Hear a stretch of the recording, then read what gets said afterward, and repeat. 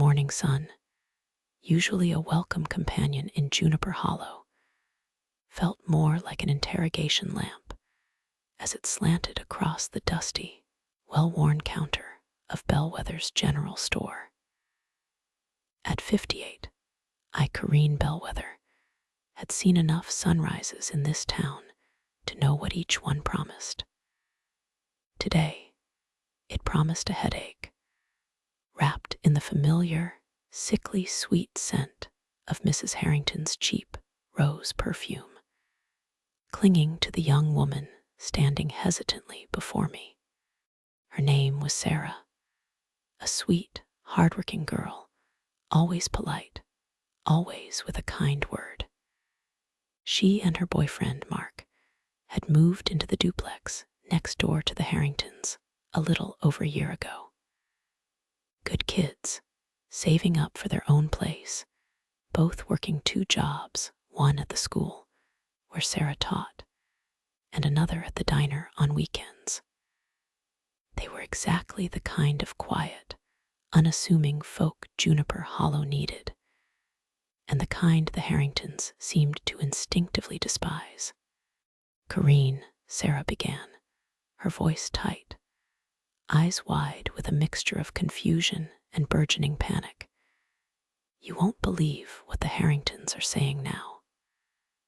I leaned against the counter, my world-weary posture a testament to decades spent observing the human condition in its rawest, most frustrating forms. A deep sigh, one that seemed to carry the weight of all the unresolved conflicts in Juniper Hollow, escaped me. "Try me, dear. After 70-some years of the Harringtons, I've learned to believe just about anything they conjure." She wrung her hands. "They told our landlord we're cooking and selling meth." A ripple of something akin to amusement, quickly suppressed by a wave of jaded resignation, passed through me. Meth, of all things. I'd heard the Harringtons spin tales before, wild, intricate webs of deceit designed to ensnare anyone who dared to live too close or exist too peacefully in their orbit. But this felt like a new, particularly unhinged chapter in their long, inglorious saga. "Meth, you say?" I drawled, my voice dry as the ancient floorboards beneath my feet. "And do they have proof, or just the usual fumes of their own imagination?" Sarah's eyes welled up. "They claim they smell it. And they told the landlord Mark wears hoodies a lot, so that's a sign. And that we're selling it to the kids at the school, Corrine. The school where I teach." Her voice cracked on the last word, the sheer injustice of it all catching in her throat. "They even said they see yellow smoke coming from our back door, but that's just Mark's smoker. He quit cigarettes months ago." I nodded slowly, taking it all in. This wasn't just another petty squabble. This was the Harringtons, for reasons known only to their twisted minds, attempting to dismantle the lives of 2 innocent, hard-working young people.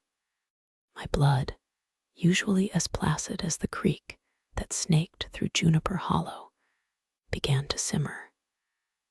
I'd seen their antics evolve over the years, from Mrs. Harrington claiming my pricing was designed to cheat the elderly, after she'd tried to shortchange me on her weekly groceries, no less, to Mr. Harrington, accidentally dropping litter on my property line.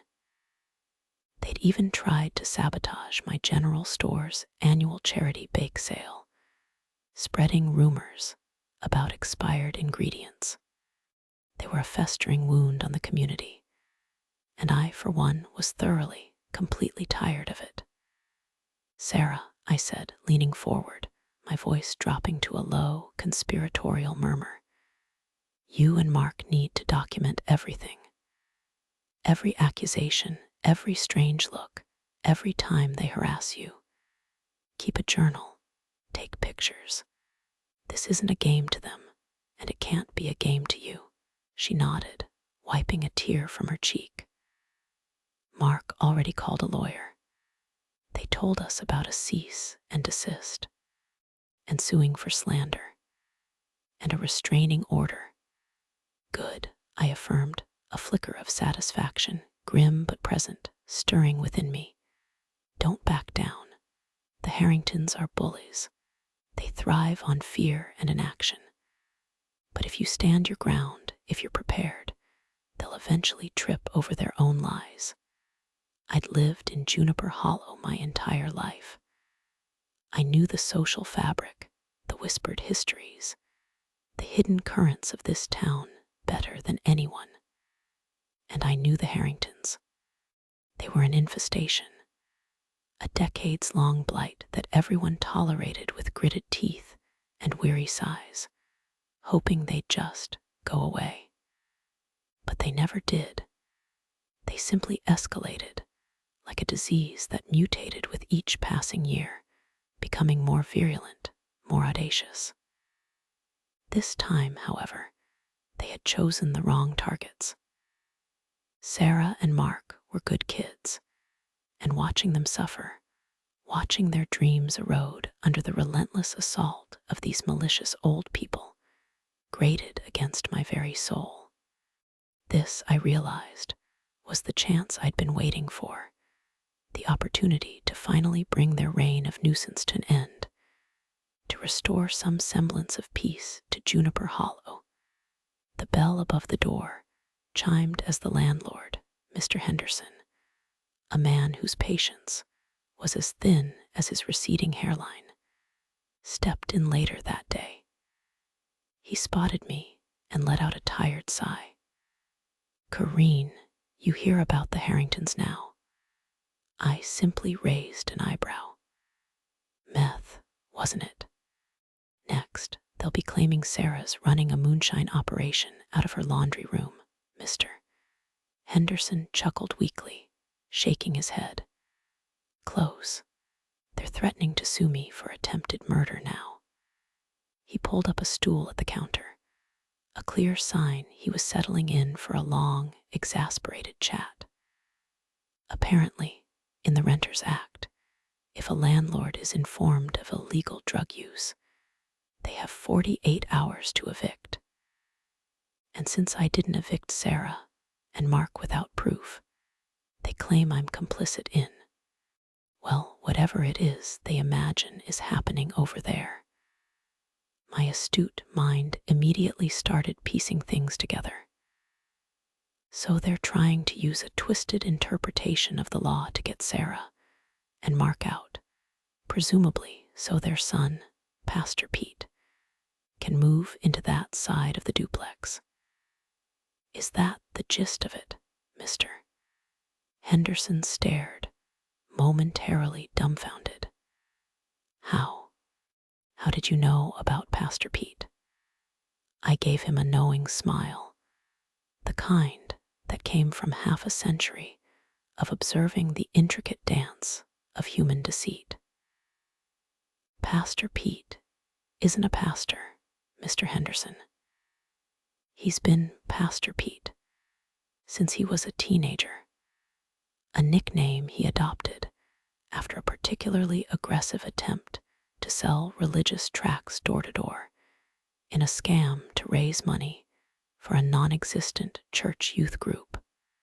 The Harringtons have been trying to hide the fact he lives with them for years, probably because they're collecting some kind of benefit that would be impacted if he was officially a resident.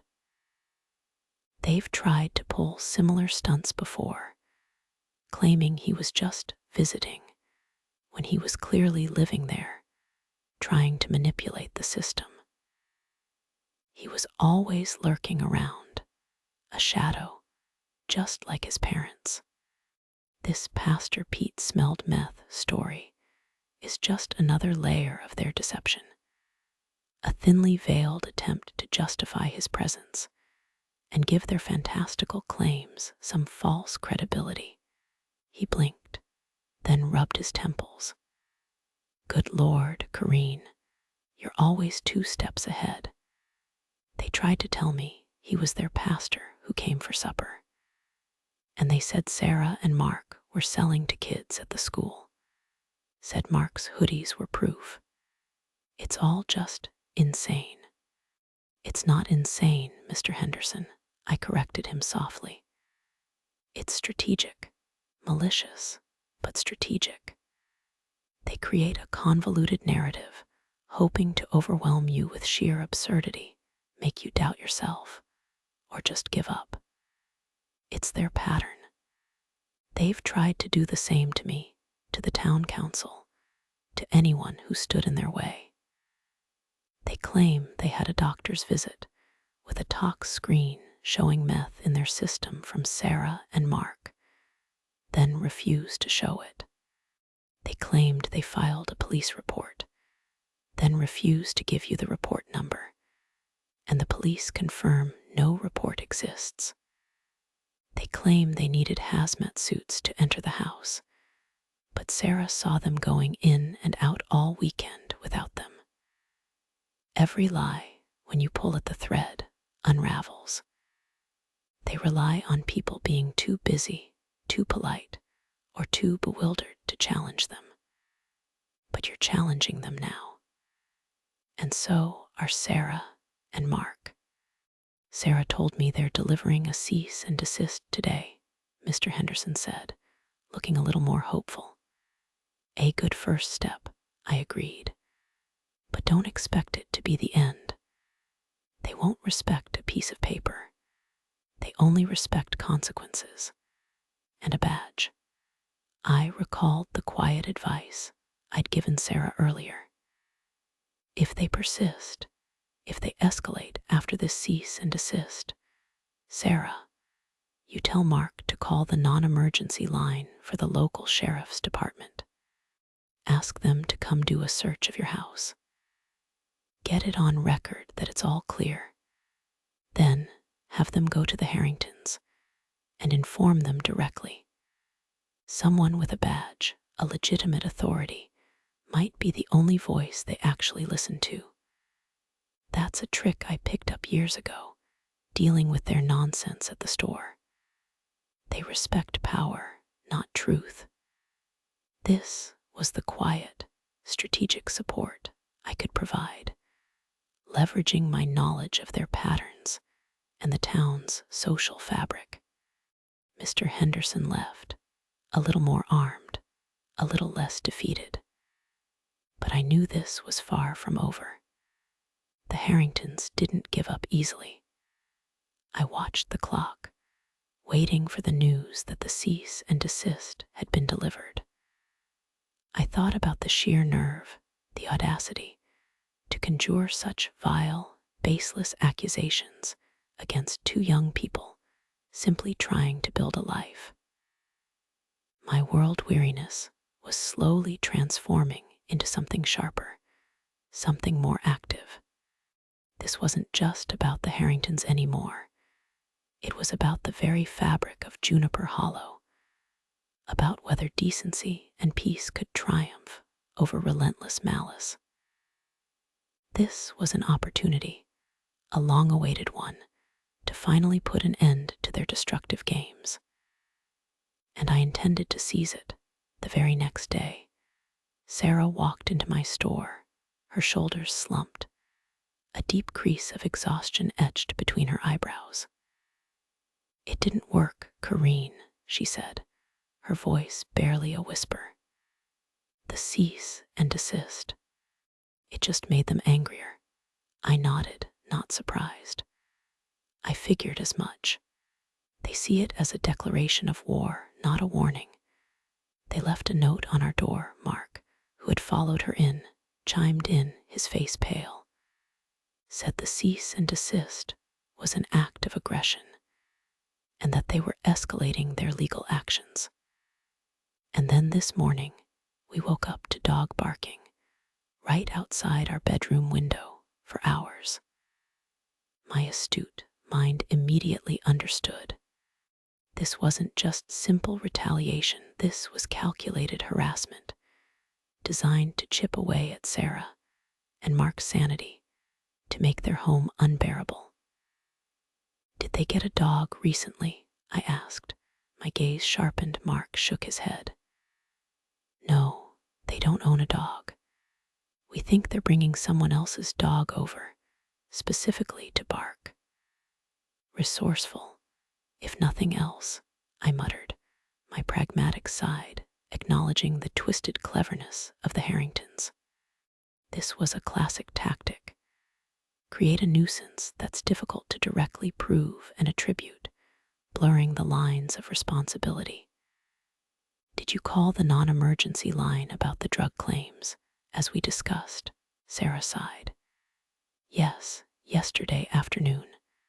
2 officers came. They were very nice. They walked through our house, seemed to understand immediately it was all nonsense. They said they'd talk to the Harringtons. And," I pressed, "they went over there, yes. But the Harringtons just slammed the door in their faces. Told them they were harassing innocent, elderly citizens. And today, the dog barking started, louder than ever." My jaw tightened. This was exactly what I'd expected. The Harringtons were like cockroaches. You swat one, and 2 more scatter. They felt untouchable, emboldened by decades of getting away with their antics. This was more than just a neighborly dispute now. It was a psychological siege. My initial sympathy for Sarah and Mark was rapidly hardening into an intense outrage, fueled by the familiar bitterness of seeing the Harringtons operate without consequence. They were a cancer on Juniper Hollow, and it was time for radical surgery. "Listen closely," I began, my voice low and steady, pulling 2 stools from behind the counter for them. "The Harringtons rely on you getting frustrated, giving up. They want to drive you out. That's their whole game. But we're not going to let them win. This is where we shift tactics. This is where we get strategic." I then delved into a meticulous plan, drawing upon my deep knowledge of the Harringtons' patterns. First, the dog. Every time it barks, video it. Timestamp it. Document the duration. If you can get the license plate of the car dropping it off, even better. This isn't just a nuisance. It's a deliberate disturbance of the peace. The police will take that more seriously with solid evidence. If you're not able to get a clear shot, then record the audio.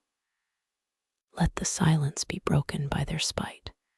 My mind raced, connecting dots, recalling past incidents. Second, their claims about Pastor Pete living there. That's their Achilles heel. If they're hiding him for some kind of benefit fraud, that's a serious issue. I remember a few years back, Mrs. Harrington tried to get extra food stamps by claiming she was living alone. The welfare office almost caught her when a new caseworker saw Pastor Pete's truck parked outside every day. I had to accidentally mention it to old Mrs. Henderson at the post office, who, bless her gossipy heart, knew someone at the welfare office. Nothing came of it then, but there's a pattern. I told them to keep an eye out for his vehicle, to photograph him coming and going, especially with groceries or other signs of residency. That's information for your lawyer, should you pursue a lawsuit.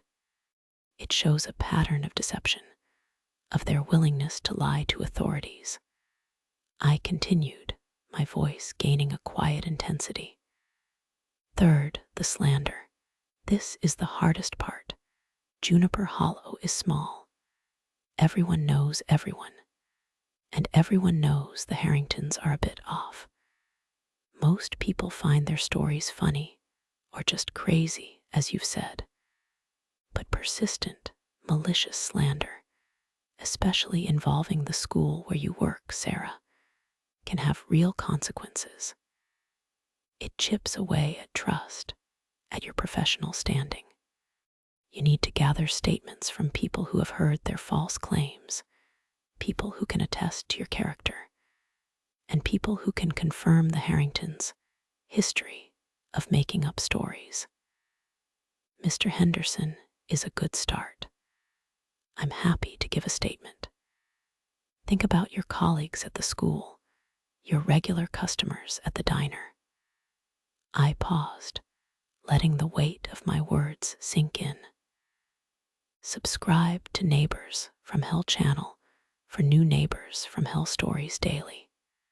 I interjected, a small, almost imperceptible shift in my tone, a momentary break in the tension, as if to suggest that even in this hellish reality, there were others who understood, others who fought similar battles. It was a subtle reassurance, a nod to the shared human experience of conflict, even as I prepared to outline the truly difficult path ahead. The next few weeks became a grueling, draining cycle for Sarah and Mark.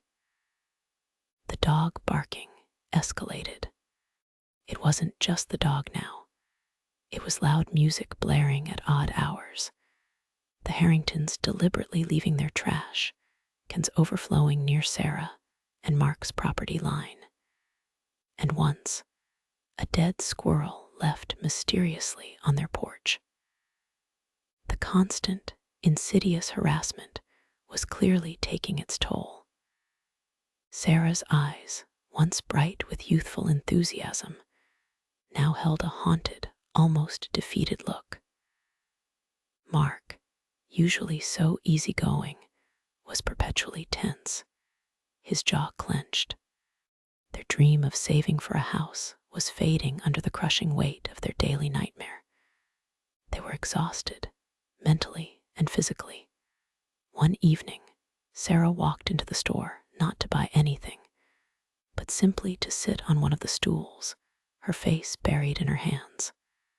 "I can't do this, Corrine," she choked out, tears finally breaking free. "I'm so tired. I feel like I'm losing my mind. Every day is a battle. We can't sleep. We can't relax. We're constantly looking over our shoulders. Our savings are dwindling because Mark had to take a few days off work. He was so stressed. My principal pulled me aside today, gently, asking if everything was all right. The Harringtons are really spreading those rumors at the school. It's affecting my job. Maybe we should just move, cut our losses." This was their rock bottom, and the despair in her voice hit me harder than any of the Harringtons' accusations. This wasn't just about annoyance or property lines. This was about breaking good people, destroying their future, their peace, their very sanity. My outrage solidified into a cold, hard resolve. I had to act. My pragmatic nature demanded it, and my world-weary heart, sick of the Harringtons' unchecked behavior, cried out for justice. "No," I said, my voice firm, cutting through her despair. "You are not moving. You are not letting them win. Do you understand me? This is Juniper Hollow. This is your home. They are the infestation, not you. I've watched them do this for decades. They've tried to sabotage my business, manipulate the town council, turn neighbors against each other for the sheer pleasure of it. But this time, they've gone too far. This time, we stop them. For good." I rose from behind the counter, my posture straightening, a determination simmering beneath my outwardly calm demeanor. "Sarah, you and Mark have done everything right. You've documented, you've sought legal counsel, you've tried to resolve this peacefully. Now it's time to play their game, but with rules they don't understand, truth and consequence. Over the next few days, my general store became the unofficial war room. I started with the Pastor Pete angle. I had seen him years ago working odd jobs around town, always paid in cash, always secretive. I knew he had a record, minor stuff, petty theft, a few bar fights. Nothing serious enough to warrant a statewide alert, but enough to indicate a pattern of avoiding legitimate work. I also had a memory, sparked by their constant attempts to hide him, of a zoning ordinance passed years ago. Juniper Hollow, being small, had very specific rules about who could reside in a dwelling, especially in a duplex, which often had clauses about single-family occupancy or specific rental agreements. If Pastor Pete was indeed living there without being on the lease, and if the Harringtons were trying to hide him to defraud Social Security or other benefits, that was a lever. I called an old friend, Agnes, who used to work at the county records office. She was retired now, but still had an encyclopedic memory for local ordinances and property deeds. Agnes, I said, keeping my voice casual, you remember that duplex on Elm Street where the Harringtons live? I seem to recall some old rule about rentals there, something about occupancy. A memory's jogging me about it being initially leased as a single-family dwelling, even though it was a duplex, with a strict clause against undeclared residents after that initial agreement.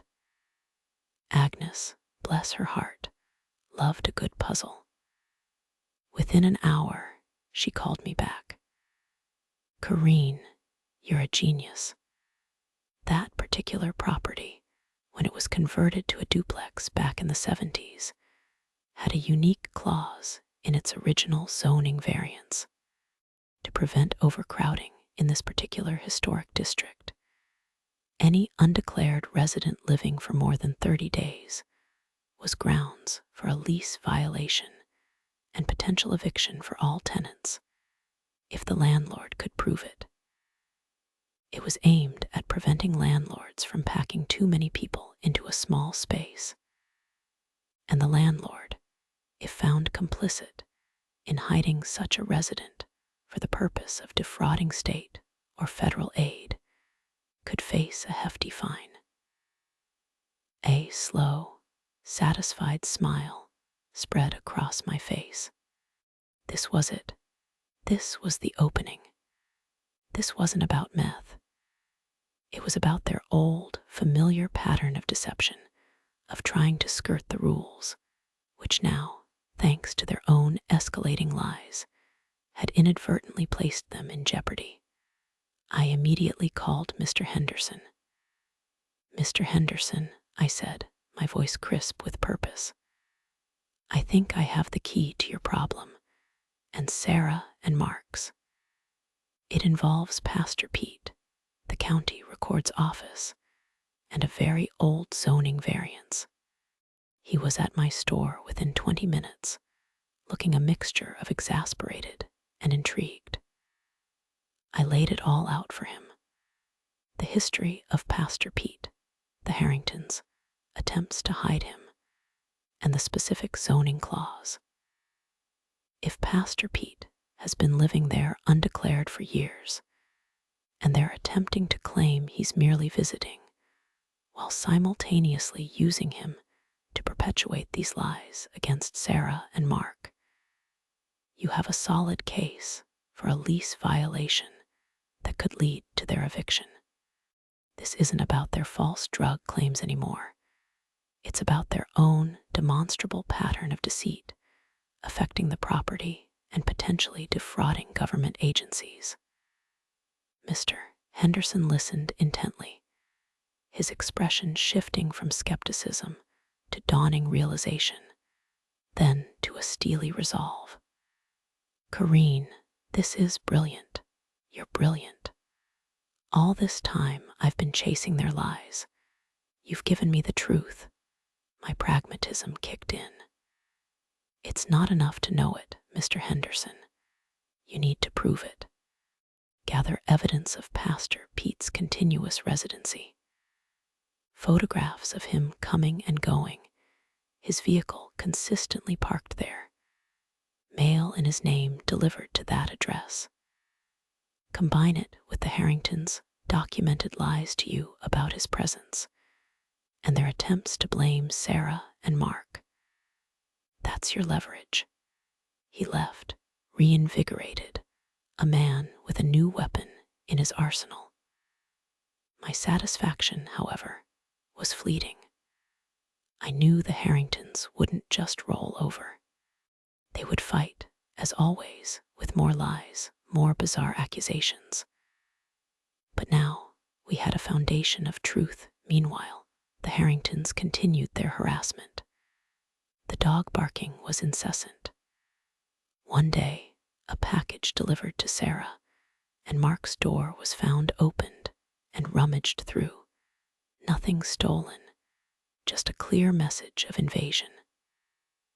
Sarah and Mark were documenting everything, their resilience admirable even as their exhaustion deepened. They sent their lawyer the information about Pastor Pete. Subscribe to Neighbours From Hell channel for new Neighbours From Hell stories daily. I thought, watching Sarah walk past the store, her shoulders stooped. This story needed to be heard, not just for the entertainment, but as a cautionary tale and a roadmap for others facing similar battles. The grand payoff began subtly, like the first cracks in a dam. Mr. Henderson, armed with the zoning ordinance and an escalating dossier of evidence against the Harringtons regarding Pastor Pete's undisclosed residency, paid them a visit. He didn't mention drugs. He didn't mention attempted murder.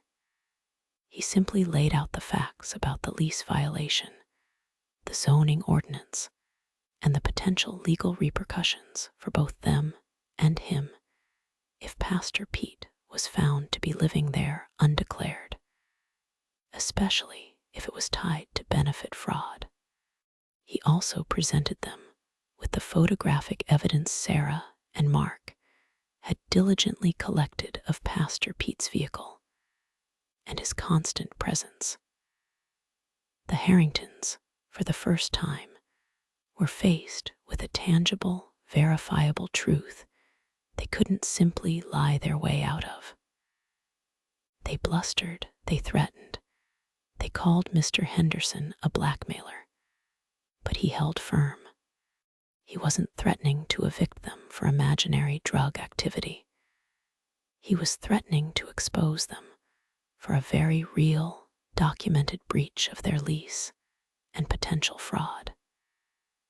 He gave them two options: legally declare Pastor Pete as a resident, which would likely impact any benefits they were receiving and potentially force Pastor Pete to actually get a job, or voluntarily vacate the property.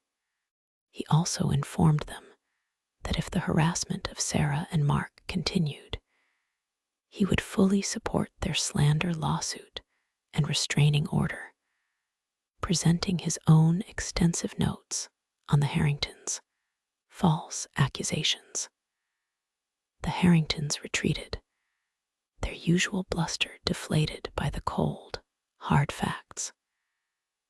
They tried to rally, to spread new rumors about Mr. Henderson, but the town, weary of their decades of drama, largely ignored them.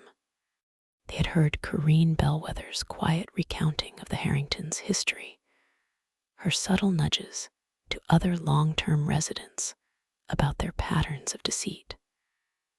The collective memory of Juniper Hollow was long, and now it was finally being put to use. The final act of justice unfolded over the next few weeks. The harassment against Sarah and Mark didn't stop completely, but it noticeably diminished. No more random barking dogs, no more mysterious trash piles. The Harringtons, it seemed, were too busy dealing with their own immediate problem. Then, one Tuesday morning, a moving truck pulled up to the duplex. Not at Sarah and Mark's side, but at the Harringtons. It was a spectacle Juniper Hollow hadn't seen in over 70 years. Mr. and Mrs. Harrington, along with a surly-looking Pastor Pete, begrudgingly packed their meager belongings. They didn't say goodbye. They didn't even make eye contact with Sarah or Mark, who watched, stunned, from their kitchen window. They were gone, just like that, driven out not by the wild accusations they flung, but by the quiet, methodical application of rules they themselves had violated, and by the relentless, pragmatic support of a world-weary general store owner who was simply tired of their nonsense.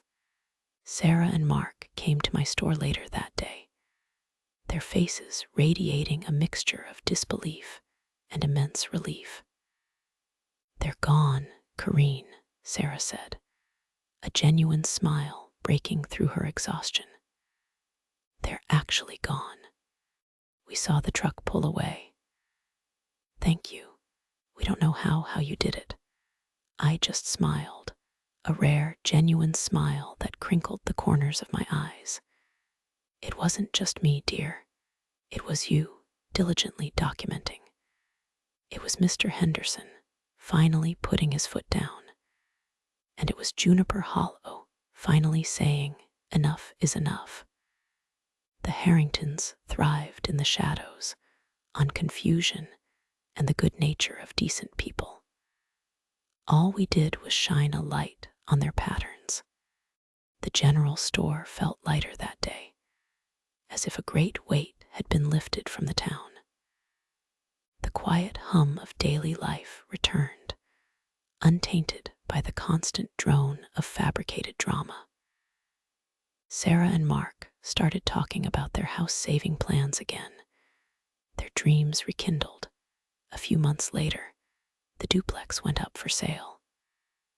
And a week after that, a new, young family with 2 small children moved in. They were quiet, friendly, and seemed genuinely delighted by the small-town charm of Juniper Hollow.